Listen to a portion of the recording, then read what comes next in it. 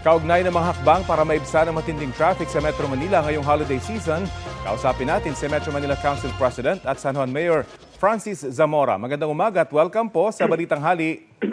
Yes, magandang umaga, Rafi, at maraming salamat po sa pagbitaw sa Balitang Hali. Opo, ano po yung naging basehan nyo sa mungkahing gawin na lang ang mall-wide sale sa January o February ng susunod na taon?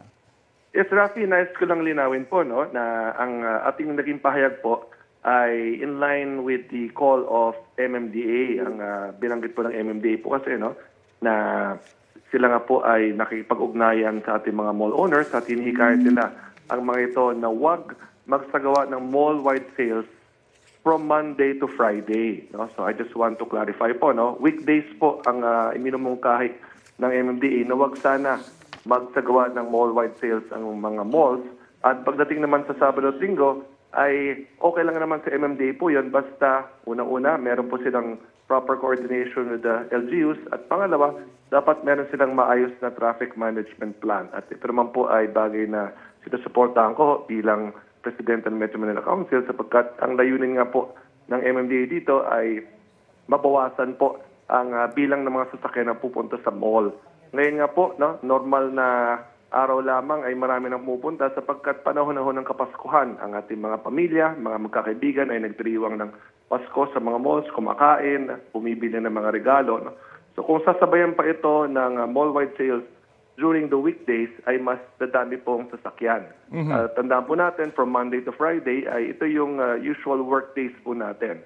Pagdating naman ng Sabado at Linggo, kakaunti na lang ang nagtatrabaho kumpara sa Lunes hanggang Biyernes. Kung kaya't base na nga rin po sa rekomendasyon ng MMDA ay kung magsasagwa po ng mall-wide sales sa mga malls natin, gawin na lang ito ng Sabado at Linggo. At ako po, no, personal na opinion ko po, na pagdating ho ng Enero at Pebrero kung saan tapos na po ang Christmas rush at hindi na ho ganong karami ang pumupunta sa malls, para sa akin, yung mall-wide sales na tuwing Lunes hanggang Biyernes ay maaring isagawa na po muli. No? So, ito naman po ay ating ginagawang mga hakbang upang mabawasan nga po ang bilang ng mga sasakyan sa ating mga lansangan ngayong Kapaskuhan. Alam naman natin, ngayon pa lamang, ay nararamdaman na po natin yan. No? So, Opo.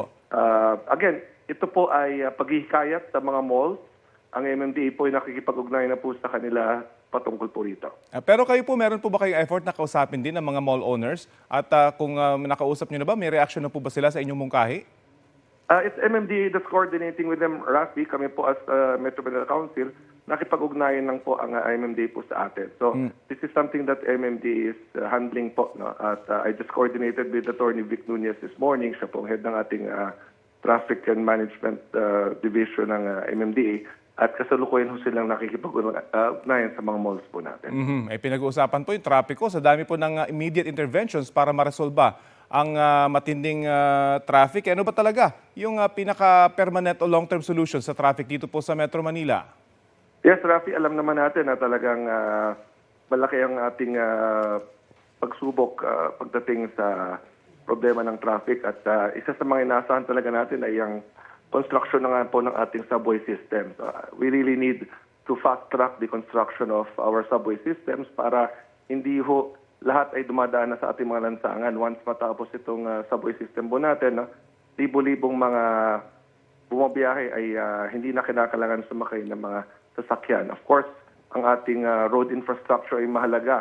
So, dati hindi natin ma-imagine na from NLEX to SLEX ay kaya nating tumawid sa pamamagitan ng isang mahabang tulay. Ngayon, with the advent of Skyway and of course our NLEX connector road, no? Malaking bagay po ang ganitong klase mga infrastructure. And of course, ang ating pong disiplina sa kalye, no? Mahalaga po yan, no? Bilang mga motorista.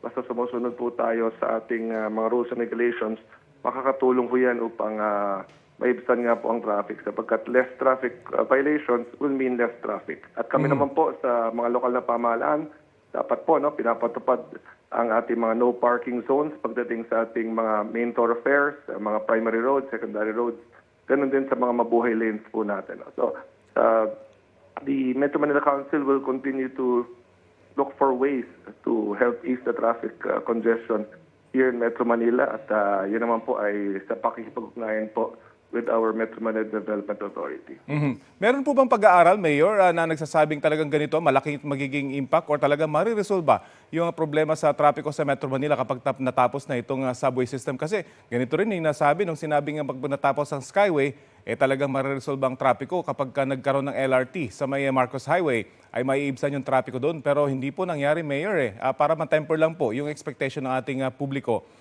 Ganun po talaga ba ang mangyari or mababawasan lang yung kasalukuyang problema ngayon?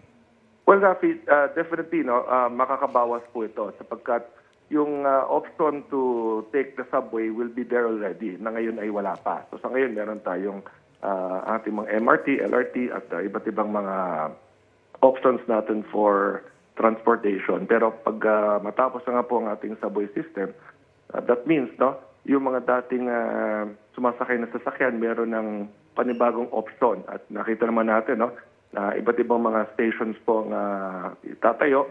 At ito naman po ay dumadaan sa mga major areas ng Metro Manila. So, magiging malaking bagay po talaga yan, no? Kung nasubukan na natin yung mga subway system sa ibang bansa, halimbawa sa New York, o sa Tokyo, no?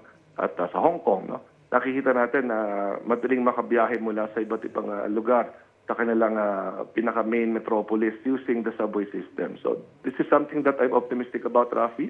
At sana nga po ay ma-fast track na ito. Okay, maraming salamat po sa oras na binahagi nyo sa Balitang Hali. Maraming salamat din, Rafi. Tawag lang po pag may katanungan. Salamat po si Metro Manila Council President Mayor Francis Zamora.